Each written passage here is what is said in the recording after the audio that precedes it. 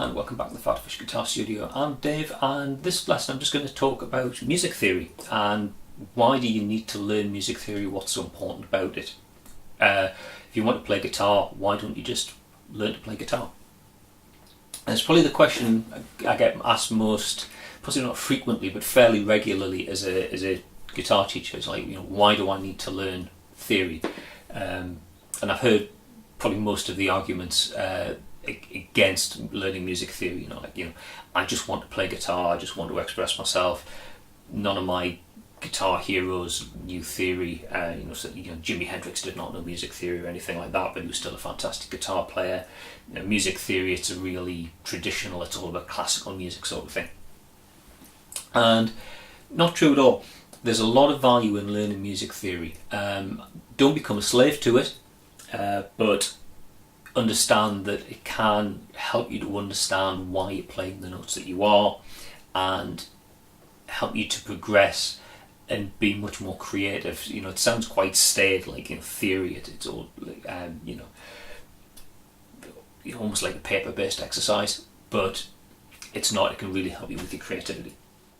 Now I'm going to assume that you've been playing guitar for a certain length of time. You've got reasonable command of your fingers, you can get them to go where you want on the fingerboard, and you've probably been learning other people's songs, getting tabs or working stuff out by ear, which is a great skill to have.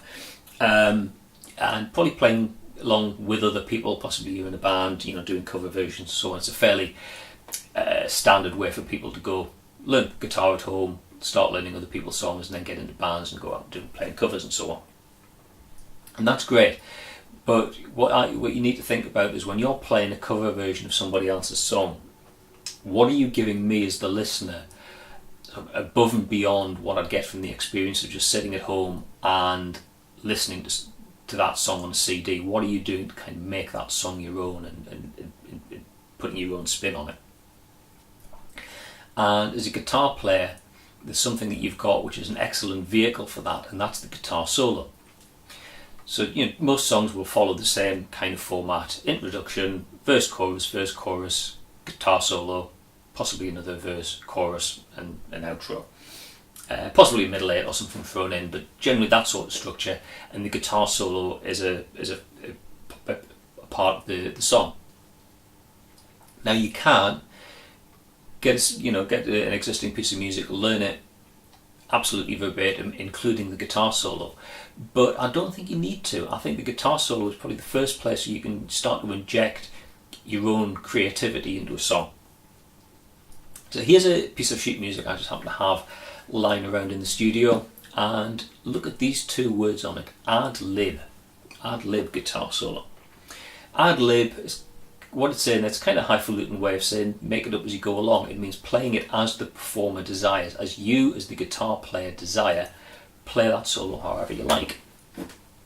Now you might want to use the original version of the song, and the original version of the solo was inspiration, but play something that's a bit more original, something that's yours. And by understanding music theory, you know what notes you've got available to you to construct that solo. You don't necessarily have to make it up as you go along. You might want to kind of compose your own solo, but what notes are you going to use? Well, this particular piece, I can tell by looking at the stave, I know it's in the key of E minor. So the notes of E minor: E, F sharp, G, A, B, C and D. There's a scale.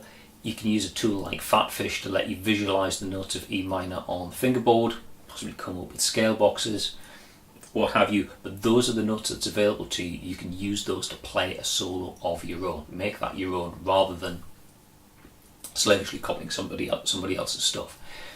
And music theory helps you with that, because you by understanding things like keys and scales, you know what notes you've got available to you. Another aspect of music theory you might want to think about is chords. If you understand music theory, you understand how chords are constructed, why they contain the notes that they do, and you also start to understand what chords are available in a key on each degree of the scale. You understand like chord families. So let's think about a chord progression. Just play something, say with power chords. How about we go from like an A power chord to a D power chord to a C power chord to an E power chord. Kind of works as a progression, doesn't it?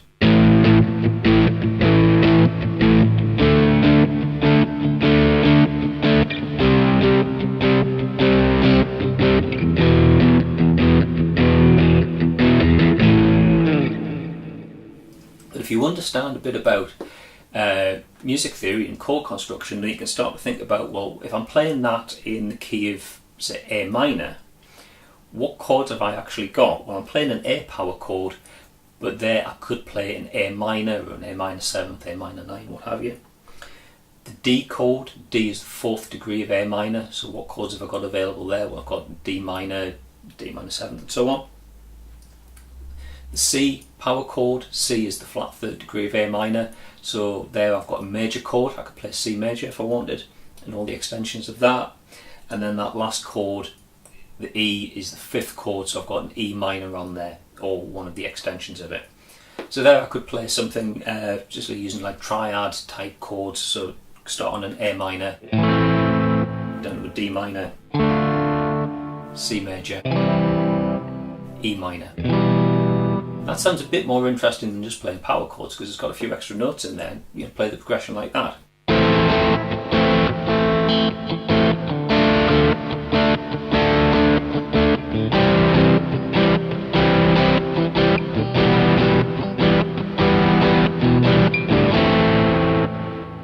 And then using your music theory knowledge a little bit more, you can start to mess around with those chords. Now in that last chord in the progression, 5 chord, playing an E minor. Now knowing a bit of music theory, I can think about using chord substitutions, and rather than playing an E minor, I could think about, well, could I play an E major or even an E dominant 7th? And that's a slightly odd sounding chord. It's not actually diatonic, but it works. In music theory that I've studied explains to me why that works. It's because it's kind of functioning as the 5 chord of A harmonic minor. Now if you've never studied music theory before, that last bit was probably complete gibberish, but if you have studied music theory, you'll understand kind of where that chord comes from and how it functions the way that it does. And it gives you quite a distinctive sound, quite unresolved, and it functions quite well. Bring you back to the tonic chord, the one called the A minor. So we could play that in the chord progression. So instead of playing an E minor on the last bar, I could also put in an E dominant 7th, and we'll get a progression that sounds like this.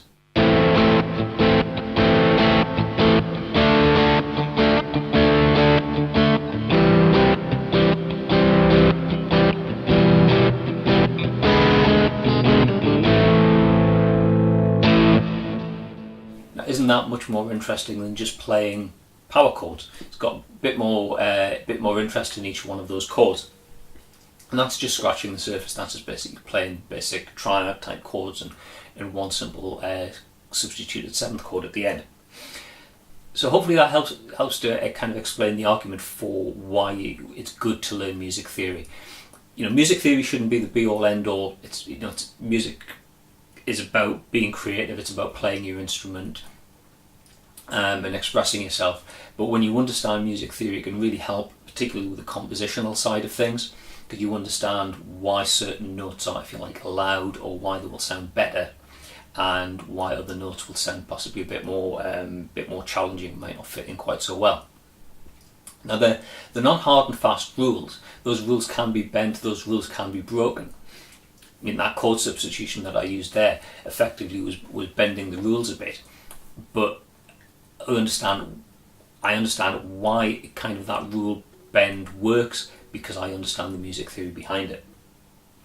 So if you, yes, learn to play your instrument, but learn to understand a bit of music theory and why the notes work the way that they do, and it really will help with the creative process. Okay, that's all for now. I hope you found that interesting. If you did, please click like, please subscribe, all the options down there that YouTube gives you. If you want to ask me a question or suggest something for a future video, then if you go here, fill in the form, send your question in, I'll try and get around to answering it in a future video. Leaving questions in the comments is probably not such a good idea, because YouTube's rubbish at letting me know when people comment on videos, so if you comment on a video, there's a good chance your comment will go unseen and I won't see your question. Okay, that's all for now. Thanks for watching, and I'll see you in another video next time. Bye for now.